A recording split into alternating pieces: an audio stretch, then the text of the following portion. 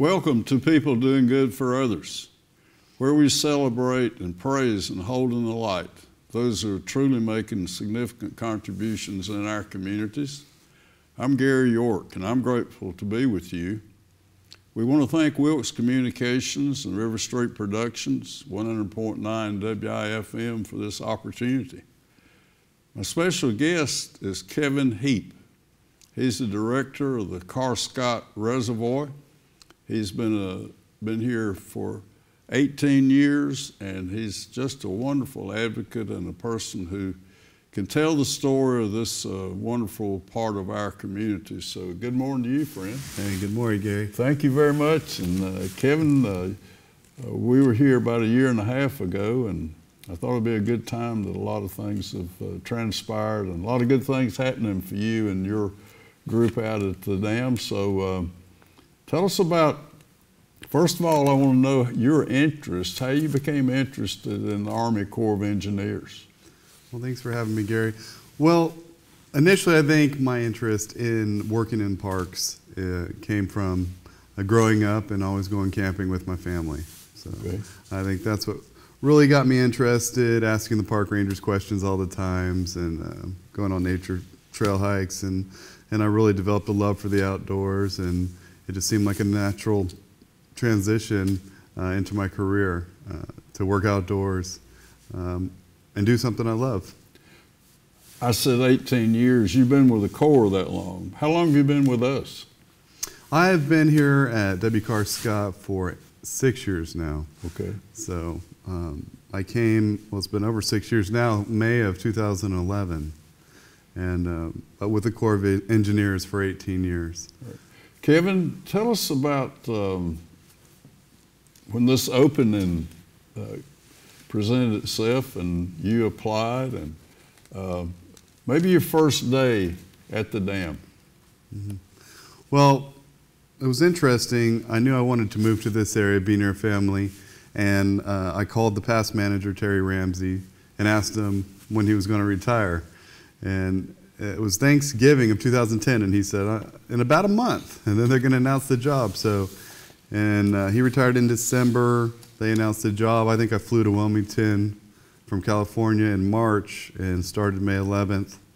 And it's been great ever since. Kevin, give us an overview of the reservoir and its the significant role it plays in our community, if you will, and how many guests we have a year. Just start talking about the impact of the Carscott Reservoir in this area.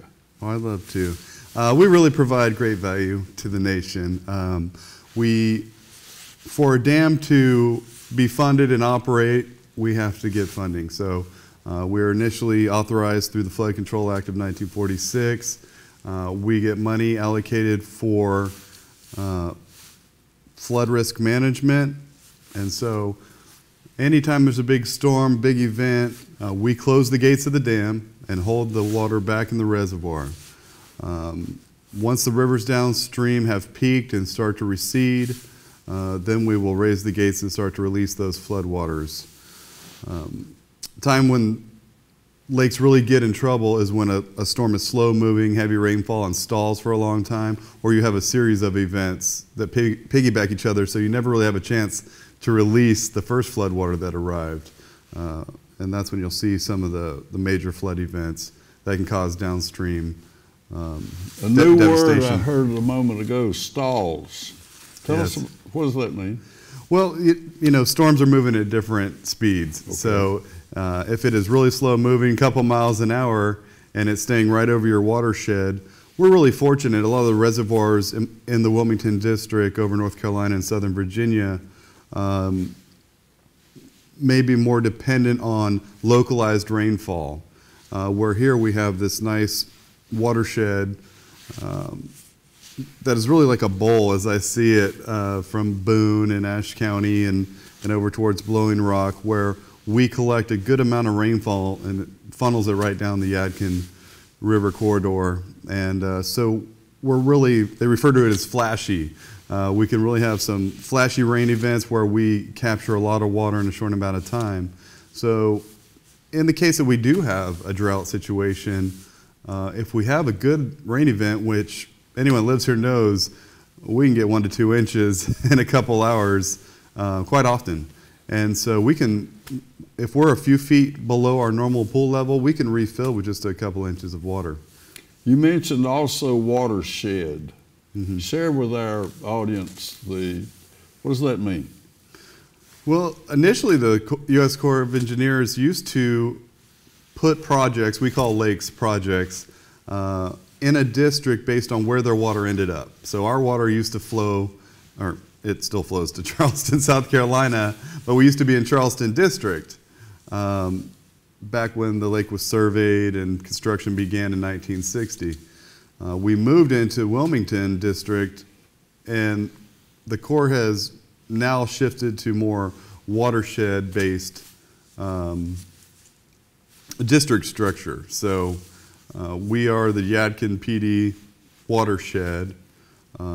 Anything that flows into the Yadkin River is considered our watershed, okay. Whether it's Whites Creek, Pumpkin Creek, Naked Creek. Now, does it have an implication west of here, all the way up to Boone and past Boone as far as our watershed?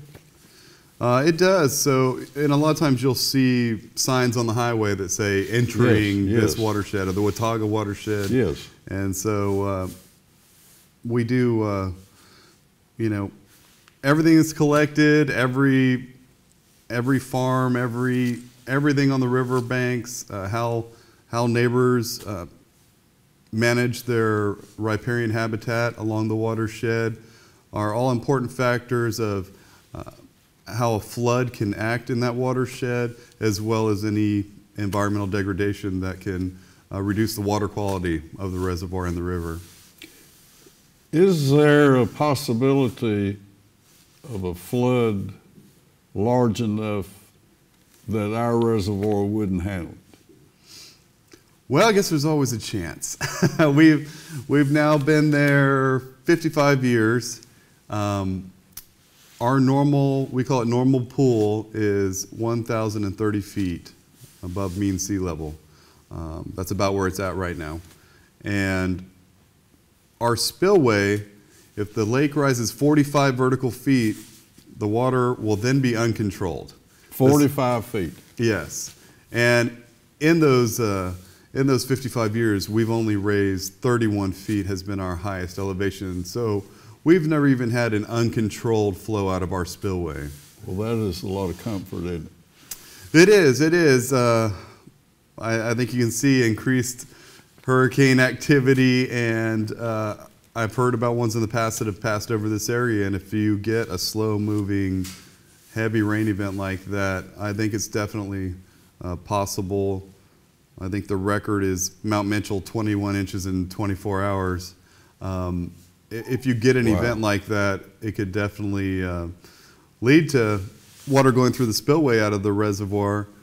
We had, in 2013, we rose 21 vertical feet. That's the highest I've seen in the 6 years I've been here. It was 4th of July weekend of 13, and we had to close the entire park for one of the busiest holidays. But up in Wilbar, part of our watershed, we have a rain gauge, and I believe it showed 13 or 17 inches in a 24-hour period. I think it was 13 inches, which led to me looking up the record at 21 inches on Mount Mitchell. Kevin Heape, tell us about what's a day like for a director of a facility like this? Just give us some ideas about what do you do? Well, I have a staff of about 14, okay. 9, 10 park rangers. We hire a few more in the summer season when our visitation is higher. Okay. Have a few office assistants. They're the brains of the operation, and I have an engineer. We typically have, through the summer season, 20 volunteers on board, and a whole district staff that we interact with down in Wilmington. From day to day, we'll come in, we'll calculate the lake level, the river flows, make decisions about how we should adjust the gates in the dam. Park rangers obviously will go out through the park and check on things. Last week when we had the EF1 tornado move through, or two Mondays ago now, A lot of trees fell in the park, and with our 45 miles of trail and one of our biggest attractions, we had to go out and clear a lot of those trees off the trail.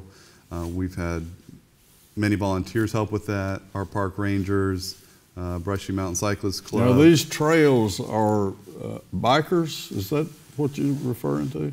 Hikers and bikers alike. Bikers. We don't offer any equestrian trails, but we're really well known for mountain biking trails. Tell us about that, the leader, and as a tremendous attraction for us. Just give us a little overview, if you will. Well, we're getting close to 2 decades worth of trail building at the lake, and as I said, about 45 miles of trail, and I think 50 is going to be a nice round number. We kind of take a break and breathe for a while and really maintain the trails we have.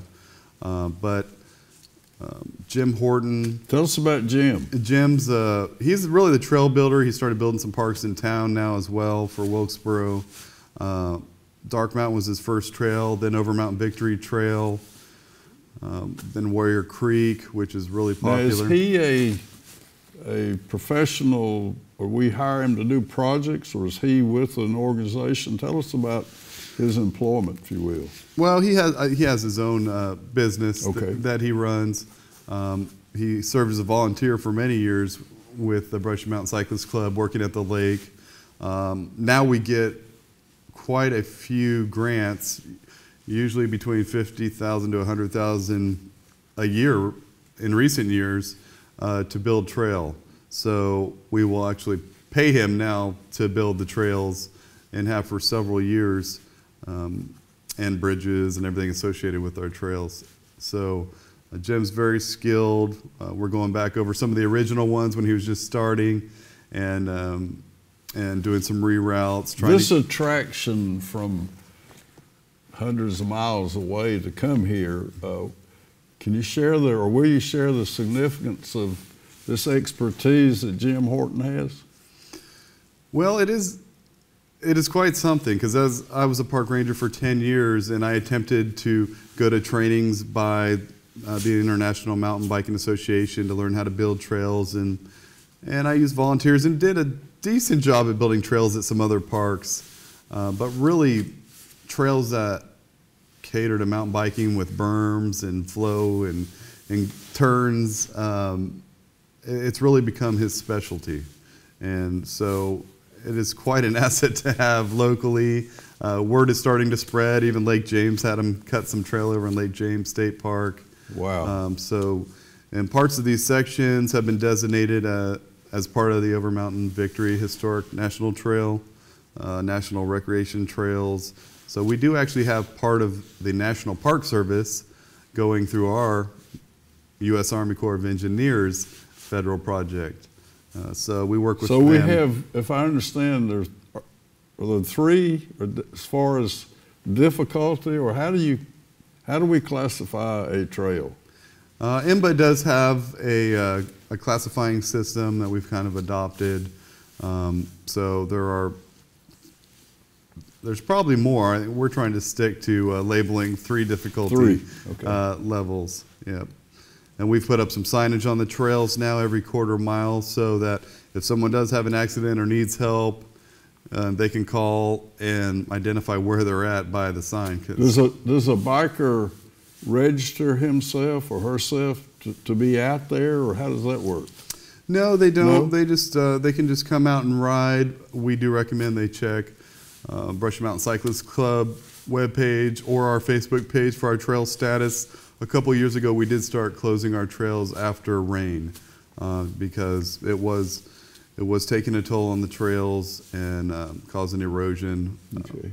So this is a tremendous tourist draw for us, for people who come and spend nights here and buy gas here and eat here, and so that's a great part of your oversight then. It is, and we've really seen quite an increase in our visitation and our camping over the last few years, significant amount. And our trails do lead right out of our campsites. So people really enjoy coming in, setting up their campsite, and they can just start riding and it's really convenient. We've seen, we have 3 campgrounds at the lake. One that Fort Hamby used to bring in about $50,000 a year, and now it's getting closer to $100,000. Warrior Creek is really the most popular trail, and it used to make just under $100,000 a year. It's almost up to $150,000 a year. Oh my goodness. And Bandit's Roost Campground is our most popular by far. It's occupied about 68% of the time. That means Monday through Sunday, on the slow days of the week even, it's occupied most of the time through the summer season. And it's gone from about $225,000 to $275,000 a year. Kevin Heape, overall, how many folks will come into your facility a year? We get about 650,000 visitors a year. At the beginning of the 2000s, most parks saw their visitation peak at, ours was about 1 million at W. Carr Scott when I looked at the records. Wow. Mm-hmm. Okay. You mentioned helpers. You mentioned volunteers, partners. Share with us, if you will, the significance and the role of those wonderful people who make it possible to have these great attractions. Well, I mentioned before our authorized budget by Congress, and that really helps us run the lake day to day. But to go above and beyond and really create something special, which I believe we have, takes the help of volunteers and partnering groups that can really accomplish work and access funding sources that the federal government can't. So I mentioned about 20 volunteers a year. We have a volunteer village, we call it, where they have power hookups and they can pull their RV in, and they may paint our facilities, they may help with our gardening, cutting fallen trees off the trail. We used to pay hosts to man the booths at the campground and day use areas to collect fees, and now those are volunteer positions. Our front desk at our Visitor Assistance Center, as well as our Environmental Education Center downstairs at the main office. Those are staffed by volunteers. So they do a tremendous amount of work at the park. And then our partnering groups, to name a few, we've mentioned the Brushy Mountain Cyclist Club. They've built the trails, they help us maintain them, and access grants and money that is just phenomenal. And the Friends of the Lake have been there since about 2007, and I believe we're up to about 1.5 million in grants from the Friends of the Lake. So Forest Edge Amphitheater, our Environmental Education Center, Berry Mountain Shower House at the swim beach there. Countless projects and facilities have been paid for by grant money that Friends of the Lake have been able to obtain, specifically through grants written by Eileen Carr, who lives at the lake. Eileen Carr, that's Yes. a new person. Share with us about Irene or Eileen? Eileen Tell us Carr. about her. Oh, she's a terrific lady. I love, we have meetings at the office every year. We have a memorandum of agreement with the Friends of the Lake, and it outlines our goals that we have together. And so within those goals, with that much grant money, we accomplished a lot of them, so we have to constantly update what our goals are and our common interests, and then we decide which grants we would like to pursue that really, we'll mention projects that interest us, and then Eileen will go out into the world and find something that applies to the objectives we have. So she gets us some free money every year. Oh, well, almost undoubtedly. Wow. Well, I'm glad you shared that. Yeah, the trouble we're having now is getting it all spent fast enough within the time frame. So, yeah, it's been terrific. Kevin Heape, when we started, we mentioned flood control. Mm-hmm. And there are 3 other distinct areas: water supply, fish and wildlife, and recreation. I think it'd be a good time for you to go through those different funding segments of our great Carscott Reservoir. Yeah, and again, those are authorized by Congress, so we can receive federal funding to support this project. So with flood risk management, we receive about $1.2 million a year generally, and then in recreation, I call that the mothership. It is $1.8 million of our Wow. $3.2 million budget. That's about what we average annually. So recreation will pay for, if you've ever been out to the park, it's always in really good condition. We have an O&M, operations and maintenance contractor, who does all the groundskeeping and keeping the facilities clean and maintenance and tree trimming and renovations. We're currently renovating this winter all of our sewer lift stations in Warrior Creek and Bandits Roost campgrounds. The recreation budget will fund all our recreation rangers that we have 3 seasonal park rangers we hire in the summer. It will fund their wages, our hosts that collect the fees at the 3 campgrounds. And then also we have another business line, which is Fish and Wildlife Conservation. It's also referred to as environmental stewardship. We'll receive about $300,000 a year. You stock fish every year? We do. North Carolina Wildlife Resource Commission does stock fish every year. So last year in 2016, they were stocking 5,000 striped bass and 5,000 hybrid bass. So a hybrid bass is a white bass and a striped bass mix. Okay. Kevin is the director of our wonderful dam and recreation facility here. An interesting concept for me the first time I heard it is that Forsyth County and Winston-Salem were involved in the building of and have some access to water. Is that, share that with us, how that works? Forsyth County. Sure. Well, I think you meant to say Wilkes County. It's okay. Wilkes County and Winston-Salem. And Winston-Salem. All right, tell us about how Winston-Salem could be involved in the Carscott Reservoir. Well, that's a nice segue because the fourth business line is water supply. And so water supply, it's a newer business line. We get about $10,000 a year. But as you mentioned, our 2 water supply partners, Wilkes County and Winston-Salem, they do pay a portion of our operations and maintenance costs for each fiscal year, about 18% they pay for. So I mentioned earlier the lake elevation is 1,030 feet. Going down to 1,000-foot elevation, that top 30 feet of water in the reservoir is the water supply pool. And so each partner, each stakeholder has 15 foot of water for all practical purposes. They did sign a water supply agreement in the 60s and started pulling their first water supply withdrawals in 1970.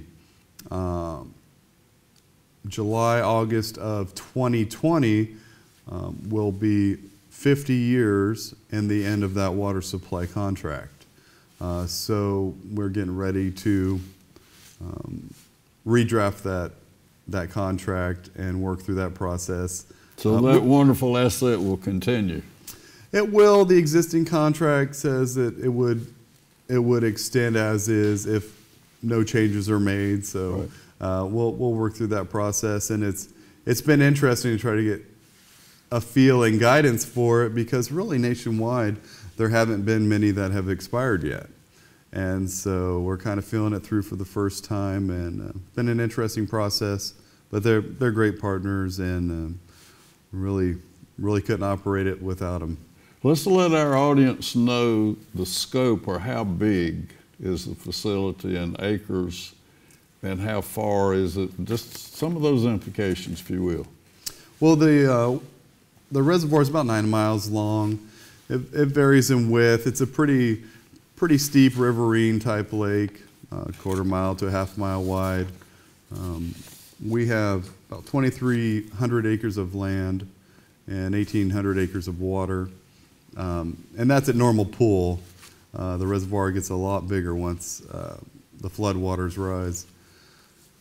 But we, Okay. Go ahead. What if, say I'm involved in a nonprofit and we feel we could have a fishing tournament, and we don't know what to do or how to do it.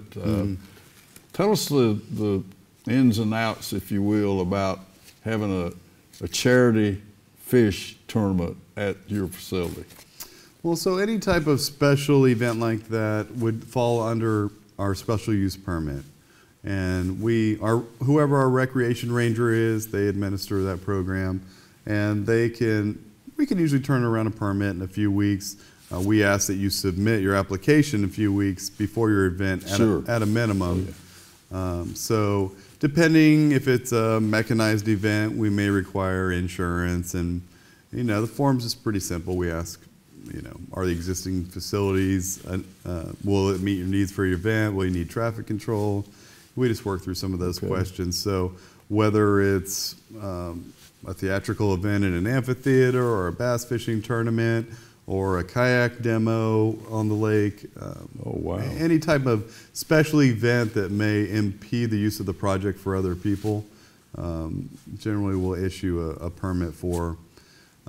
If it's something we've defined as an event we typically have that fits within a certain amount of people, that will be a $50 charge. If it's a little larger event, it's $75, so not too bad. Kevin, we have a tremendous professional drama initiative that goes on every year.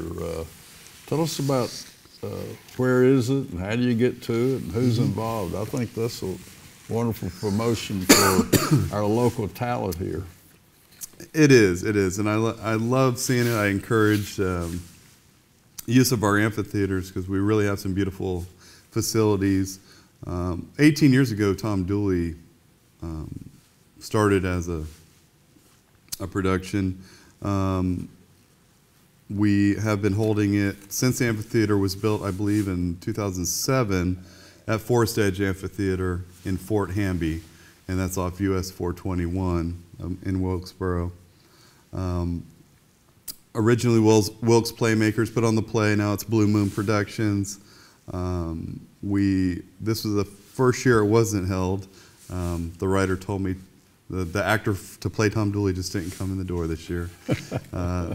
And so they brought back in the fall, they usually do Tom Dooley every July. Right. They brought back in the fall Moonshine and Thunder, and they hadn't done that for years, and I think you could see it in the turnout. People were really excited to see that play and movie about Junior Johnson, our local legend. Yeah. So I was talking to some folks from Blue Moon Production last week, and they said in 2018 they want to try to do both in the same year. Right. So Tom Dooley in July and Moonshine and Thunder in September. You also shared with me, just in layman's terms, mountain biking, picnicking, camping, boating, hiking, daily use. Will you revisit that again and just talk about the offerings of your wonderful facility?